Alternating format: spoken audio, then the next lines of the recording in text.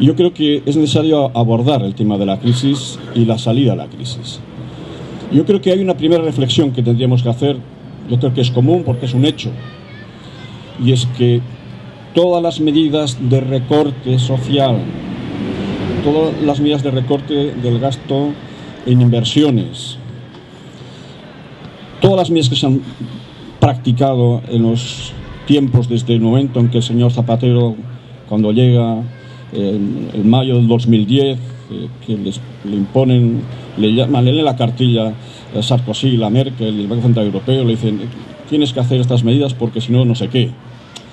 Lo cierto es que todos esos recortes, miramos la realidad, han servido para que salgamos de la crisis. Yo creo que la respuesta es que no. Hay más crisis.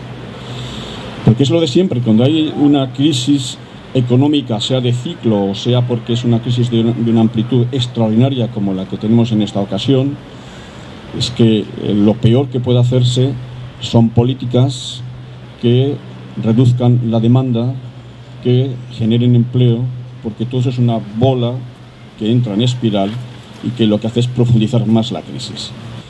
Y desgraciadamente lo que el señor Rajoy, el nuevo gobierno de este país, nos ha puesto inmediatamente, sin darnos tiempo a respirar, nos ha puesto encima de la mesa, nos va a aplicar, son medidas que desgraciadamente van a profundizar la crisis.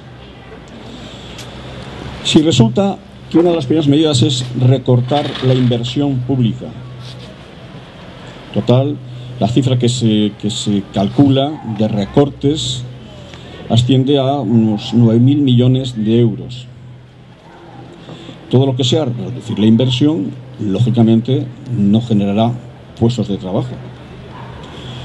Todas las políticas de reducción del gasto social, público, todo eso conducirá a más desempleo. Y el conjunto de medidas que se han tomado son de esa naturaleza. Si se congelan los salarios a los empleados públicos, se les hace trabajar más, lógicamente no harán falta más trabajadores. Ya han fijado de que no se sustituirán los puestos de trabajo que se amorticen como consecuencia de las jubilaciones que se vayan produciendo. Por tanto, por la vía del empleo público, eso se ha cerrado. Si además se presiona en la dirección de que los salarios bajen, se congelen, congelar un salario hoy es que pierda poder adquisitivo, porque si no recupera lo que es el coste de la vida, pierde valor. Si pierde valor, tienes menos salario, también consumirás menos, con lo cual eso favorece pues la recesión de la economía. Todas las medidas van en esa dirección, desgraciadamente. Y aquí la cuestión que creo que hemos de debatir entre todos nosotros es ¿qué salida a la crisis y quién paga la crisis? Hasta la fecha la estamos pagando los de abajo. Pero pagando los de abajo no hay salida al final del túnel. No hay ninguna luz que nos indique es que estos sacrificios que se hacen valen la pena, mira, hay que aguantarlos, pero en poco tiempo vamos a tener mejores condiciones, vamos a ver la luz, vamos a superar la crisis. Ninguna de las medidas que se están llevando a término nos llevan a esa dirección o a esa salida del túnel. Porque el problema es el siguiente: este país tiene una enorme deuda privada, no tanto privada de las familias, privada de los bancos españoles y de las empresas españolas, catalanas, vascas, de todo el Estado. Esa deuda se ha acumulado en unos 10 años desde la implantación de la moneda única, el euro, que todos conocemos. El euro es una moneda que por su valor es coherente con la estructura, la riqueza de la economía alemana. Pero es una moneda que por su valor es excesivamente fuerte en relación a la estructura y realidad de la economía de nuestro país. ¿A qué conduce esa situación? A que durante estos últimos 10 años, hasta la fecha, se ha ido acumulando un enorme déficit entre lo que se importa y se exporta. La acumulación de ese déficit comercial asciende a unos 2,3 billones de euros como deuda privada, con el exterior. Luego el exterior nos deben a los españoles por valor de 1 billón y pico, y hay una diferencia en contra nuestra de 1 billón de euros. Y esa deuda privada, por la lógica del sistema, por la vía de la socialización de las pérdidas, sobre todo a través de la banca, tiende a convertirse en pública. Y eso es lo que está ocurriendo en este país, que teniendo una deuda pública de las más bajas de Europa, sin embargo, tiene un rápido crecimiento. Pero entonces, ¿cómo vamos a resolver esas enormes contradicciones sobre la vía de un camino que no tiene salida y que nos lleva a la catástrofe absoluta? Tendremos que pensar que no es por esa vía. De alguna manera, yo creo que tendríamos que pensar que cuando se nos informa, vemos en la televisión, que la prima de riesgo de la deuda española crece, lo que nos está diciendo son dos cosas. Una, por supuesto, que hay muchos especuladores que están jugando en ese terreno y que intentan beneficiarse. Pero lo que nos está diciendo sobre todo es que los acreedores desconfían que un país que está en recesión, que no crece, que recorta gasto, que hay cada vez más desempleo, pueda devolver esa deuda. Eso es lo que nos está diciendo. Entonces, en esa situación, ¿no sería el momento de hacer un acto de realismo, de valentía? Y es, si la deuda no se puede pagar, si la deuda fundamentalmente es consecuencia de los negocios especulativos de la banca europea y de la banca española. Si la deuda no se puede pagar, pues que cuando una empresa quiebra y cierra y no paga las deudas a los proveedores, cierra. Pero lo que no hemos de pagar esa deuda es la ciudadanía, que no tenemos ninguna responsabilidad en ella, que no se nos ha consultado, que no hemos tenido ninguna información. Tipos de cosas que están planteando, y creo que son útiles informarlas aquí. Primera cuestión: tenemos que dirigirnos y tenemos que movilizar al conjunto de la sociedad, a la mayoría oprimida, a los que no nos hacen caso, a los que prescinden, los que pagamos los impuestos pero que no nos hacen caso.